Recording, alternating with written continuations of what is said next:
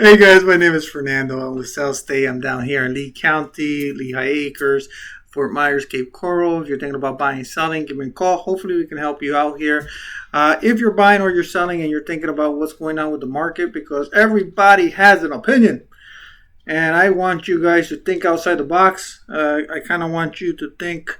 Um, Logically, if you will, and then you could tell either me or you can share information why you agree or disagree. I'm good to go either way, as long as it's logical and you can explain your format. I could be wrong, and hey, you might have something to share that I really didn't think about. So let's talk about the numbers here. Guys, we're going to talk about real estate. There's a lot of historical data that we use every single day.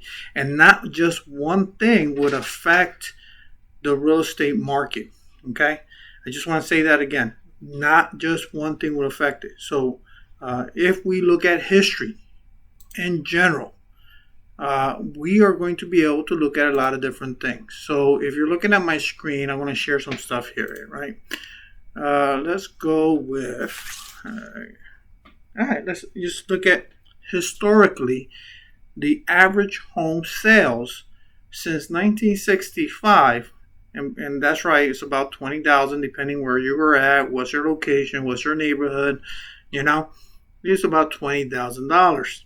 Okay, 1965, $20,000. 10 years later, in 1965, it had a slight uptick. It's probably, if I'm looking at this, and I'm going to guesstimate around 35,000, 30,000.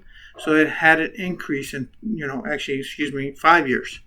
If we do this every 10 years, we can look at that it goes from 1970 to 1980. We have an upswing. It went up in price. And homes is always one of the biggest things that we can have that will not only appreciate, but it pays on the mortgage and everything else. So it goes up in valuation. It's how we build wealth throughout all of history. 1980s to 1990s, guess what happened? It went up in price. 1990 to 2000, guess what? It went up in price. 2000 to 2010, guess what? It went up in price. This big bump right here, everybody sees it. We know that was a housing crash, right? But this was caused by a lot of different other reasons. We want to discuss that another time. We can, but I mean, let's really be real. If you throw a line from here to here, or whichever point you want, it's still higher than here. It went up in price. We had a correction from this big bump to all the way down here. But guess what? 10 years later, we're up in price. What do we believe is going to happen 10 years from now? Okay? I don't think it's going to go down. I really don't, Now, let's talk about interest rate. Interest rate has been one of the most talked about issues here every day. But if we look at 1962, it was at 4%, right? It went all the way up in the 80s, up to 14, some places 16%. And then they've been dropping since then, and dropping, and dropping. It got to the point that, guess what? It was almost giving the money away for free. Basically, almost 2% interest or whatever the case, wherever you fell in place, right? So now what happens here, guys? We started going back up. This can't go any lower, guys. It really can't. We knew this was this price range was not going to happen. It's not going to stay long. And we kind of predicted and said it's going to go back to that 6-7%. We was hoping to stay around the 5.5%. That's kind of what we was hoping it comes back down, but the government's saying other things, but that's a whole different topic. But now we know we're at 6.5-7% right now. The government's still talking about another hike rate for inflation. That's a whole different topic, but we'll probably touch on it later. Okay. So now we're going to be talking about a little bit with a couple different things. My brain goes in 5 different directions at the same time. Not one thing holds. There's not. Yeah, I'm going to restate this here. There's not one thing that will cause prices to come down. There's a multiple There are multiple items that can happen that will make something crash. We're not doing that. So we're trying to slow it down. We're trying to reduce stuff, right? But it's not happening quickly. So the government raises the rate to slow down the buyers or have less buyer demand, if you will, because prices go up, and that same money that they were going to use 2 months ago is probably more expensive on a monthly base. So there's less buyers in the market, right? So with that being said, other items that will affect pricing in addition to interest rate will be unemployment, migrations. We're going to be looking at the rental market, right? So we already know interest rates going up. We know they're slowing it down purposely to try to battle inflation, but inflation is going up. So that same property, you make it more expensive, but you have to spend more to buy that property. So it's ridiculous, but it's kind of plateauing just doing that. So we look at unemployment, because if you look at unemployment, if somebody's unable to pay their mortgage because they have no work, then that means that there will be more foreclosures. And even though that there's always a statistic of foreclosures because of health, death, other related items, then we have to figure out, well, if there's no jobs, then people can't pay their mortgage. The problem is, right here in Florida, we're at 2.5% in December. There's work, so people are working. People are paying a mortgage. People can live, and and so forth. Inflation was kicking our butt right now, right? So we're gonna have to go through migrations. Well, we know people are coming from California. Same thing with Texas, Illinois, Michigan. Everybody's coming to Florida. Why? Well, we've been number one. 5 years straight, people coming in. We're averaging about 692 people, per day, or families, if you will, per day moving into Florida. That causes housing shortage. People got to rent somewhere. People are working. People are renting. Housing has to sell, right?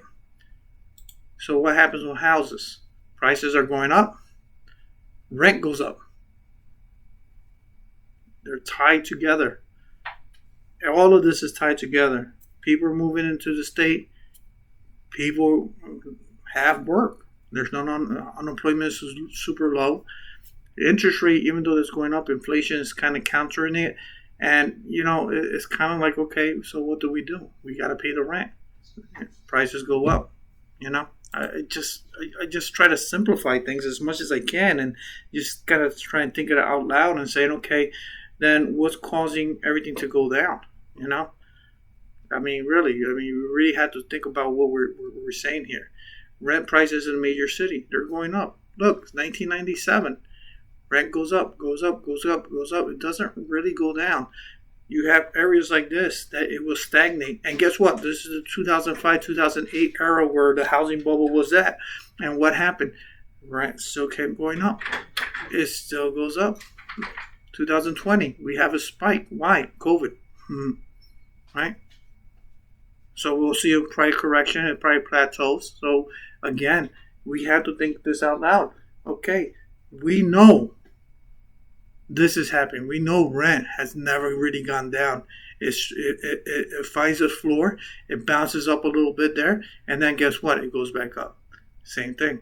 Rent goes up. Okay, we'll go back to the history. Hey, what happens? Yep, prices goes up. What do we really think is going to happen in the next 10 years or next 7 years? By 2030? I believe we're going to go up again. I really believe that we're having a floor. And if you're trying to do generational wealth, and let's be real, if I buy a property now, guess what?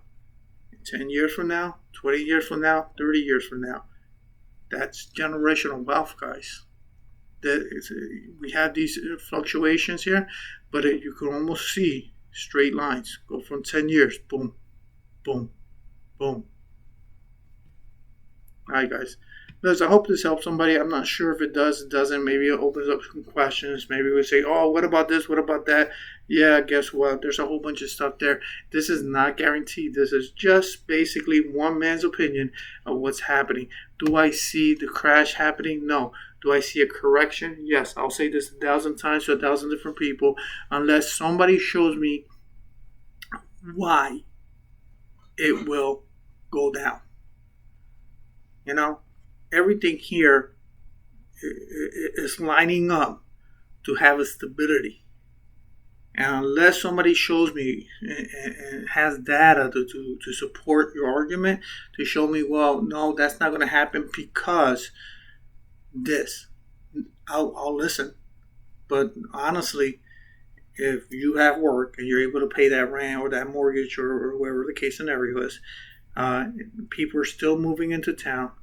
We still have, because of so many people moving into the state, we still need places to go. Interest rate, I know they're going to raise it again. That's my gut. That's what it's telling me.